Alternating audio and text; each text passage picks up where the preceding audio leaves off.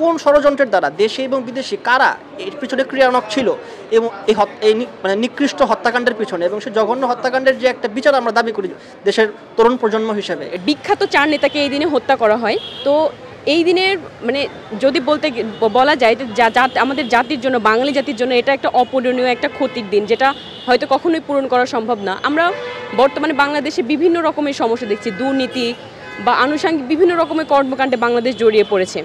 যদিও আমরা সামগ্রিকভাবে দেশের উন্নয়ন হচ্ছে, কিন্তু জেল হত্যা দিবস যদি হয়তো এমন হতো যে বঙ্গবন্ধুকে হত্যার মতো, যদি বঙ্গবন্ধুকে হত্যা করার পর তাদেরকে যে আবার মানে জাতীয় 4 জন নেতাকে যে হত্যা করা হয়, এটা যদি না হতো হয়তো দেখা যাচ্ছে যে দেশের আরও কিছু উন্নয়ন সম্ভব হতো। বর্তমানে আমরা যে দুর্নীতির যে একটা অবস্থা বাংলাদেশে দেখতে পাচ্ছি, এর থেকে হয়তো দুর্নীতির ভিতর থেকে বাংলাদেশ বেরিয়ে আসতে পারতো, আরও বাংলাদেশের উন্নয়ন করা সম্ভব হতো।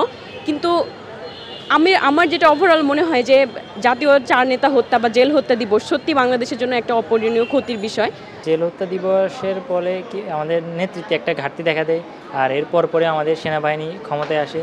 তো দেখা গেছে আমাদের গণতান্ত্রিক দেশগুলোর মধ্যে যদি সেনাবাহিনী বা সামরিক শাসন আসে, তখন অন্যান্য দেশগুলো আমাদের দেশকে গণতান্ত্রিকভাবে যে সাহায্য করতো ওইরকমভাবে কোনো সাহায্য করা বা ওইরকম ধরনের আমাদের সাথে কোনো কমিউনিকেশান রাখে না। যদি ওই 4 জন ব্যক্তি থাকতো তাহলে আমাদের দেশে হয়তো তখন ওই সময়ে নেতৃত্বের ক্ষেত্রে আরও অনেক বেশি বিকশিত হইতো, বা আমাদের দেশ ওই সময় এই সংকটটা অনুভব করতো না, যদি ওনারা এখন না থাকার ফলে যে ওই সংকটটা অনুভব করতেছে।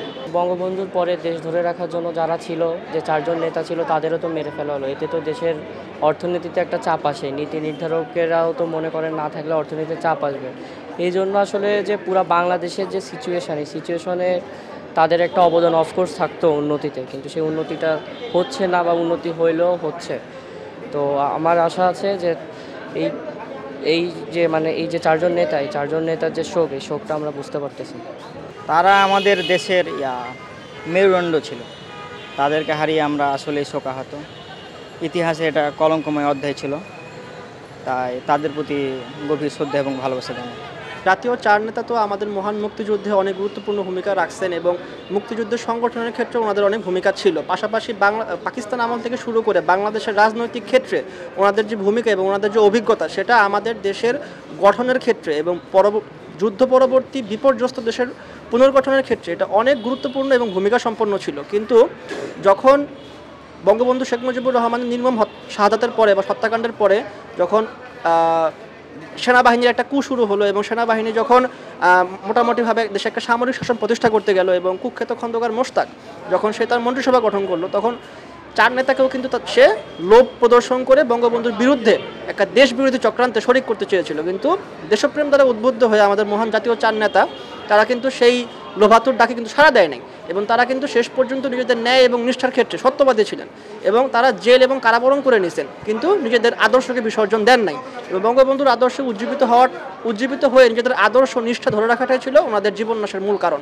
পরবর্তীতে দেখা যায় যে সেনাবাহিনী এবং দেশি এবং বিদেশি বিভিন্ন চক্রান্তে আমাদের মহান জাতীয় 4 নেতাকে হত্যা করা হয় এবং হত্যার পরে দেশের সার্বিকভাবে রাজনৈতিক সংকট এবং শূন্যতা নেমে আসে, যার প্রভাব আমরা পরবর্তী 15 বছরের দীর্ঘ সামরিক শাসনে দেখতে পাই।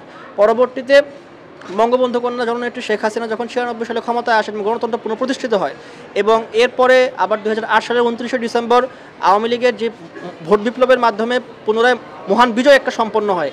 এখন আমাদের জনগণের যে দাবিটা যে কোন ষড়যন্ত্রের দ্বারা দেশে এবং বিদেশে কারা এর পিছনে ক্রিয়ানক ছিল এবং এই মানে নিকৃষ্ট হত্যাকাণ্ডের পিছনে এবং সেই জঘন্য হত্যাকাণ্ডের যে একটা বিচার আমরা দাবি করি দেশের তরুণ প্রজন্ম হিসেবে, এটাই হচ্ছে আমাদের কাম্য যে জননেত্রী শেখ হাসিনা দেশের স্বাধীন আইন বিভাগের মাধ্যমে এর সুষ্ঠু তদন্ত করে এটার বিচার করবেন এবং এই কলঙ্কময় ইতিহাস এবং অধ্যায়ের পরিসমাপ্তি ঘটাবেন। সংবাদ, ফিচার ও অনুষ্ঠানের জন্য ভিজিট করুন সংবাদ প্রকাশের ওয়েবসাইট এবং যুক্ত থাকুন ফেসবুক পেজ ও ইউটিউব চ্যানেলের সঙ্গে।